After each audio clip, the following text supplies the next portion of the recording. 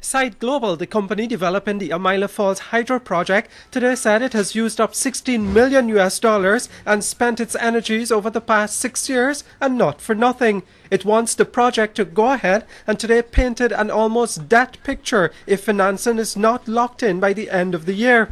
The company and the government officials involved in the project held what was to be a public consultation today. Poor advertising may have been the reason for the poor attendance. It was only down to the first set of questions that agitation from PR consultant Kit Nascimento began. A journalist from the state-owned Guyana Chronicle wanted to know the burden on the Guyanese taxpayers. The government is putting in $100 million in the project, and Site Global $138 million. The rest of the money is being borrowed and would have to be repaid by the private company set up to sell GPL the power that would be generated at Amila Falls. At what cost? GPL would be paying $100 million a year for the power, and if it is unable to pay, the government would then have to dip into the treasury to foot the bill. GPL is owned 100% and controlled by the government. So if the government decides not to pay GPL's bills and decides not to pay the project, yes, there is an obligation for the government, and that's where, if you want to use the word bailout, that's where the bailout would occur. But the bailout is solely in control of the government. As long as the government, via GPL, does exactly what it said it would do, which was just simply pay for this very cheap power, then there is no implication of the guarantee. If the government decides hypothetically to expropriate the asset, or just not to pay via GPL, then there is a liability for the government. That's the only circumstance where there is a quote-unquote bailout. The government's chief negotiator in the project, Winston Brassington, further sought to clarify that the guarantee the government is given on behalf of GPL is not a total guarantee, but a performance guarantee. We are only standing behind GPL's obligations. And GPL's obligations is pretty much to pay the annual tariff. And that money is used to repay the debt and the return to the equity investors. So we don't have that debt on the government books.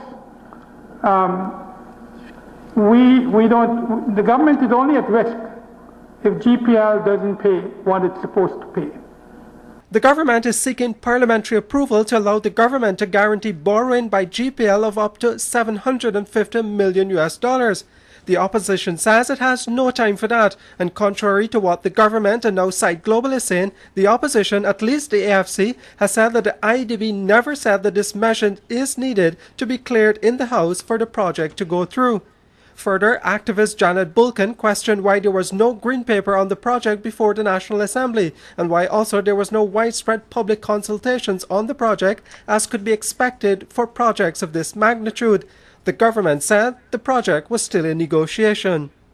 And in democracies, what would be the norm in your country as well would be a green paper that's taken to the National Assembly in large projects, which would set out the pros and cons in plain English and with supplementary documents, with all the documents that go to the National Assembly, that then go to parliamentary subcommittees and to public stakeholder consultations.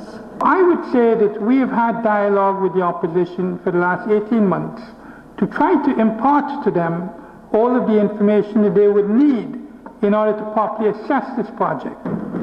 We didn't table it in Parliament because, given the way the transaction is developing, and I want to say that the opposition, true to their word, kept that information confidential.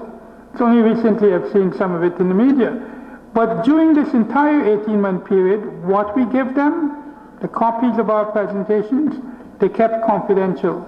Because a lot of the details of this transaction, we could say what we know now, but we could say also that we don't know if this is final. And there's danger when all of that is basically being published as if it's done and delivered. So the substitute to your green paper would be what we did.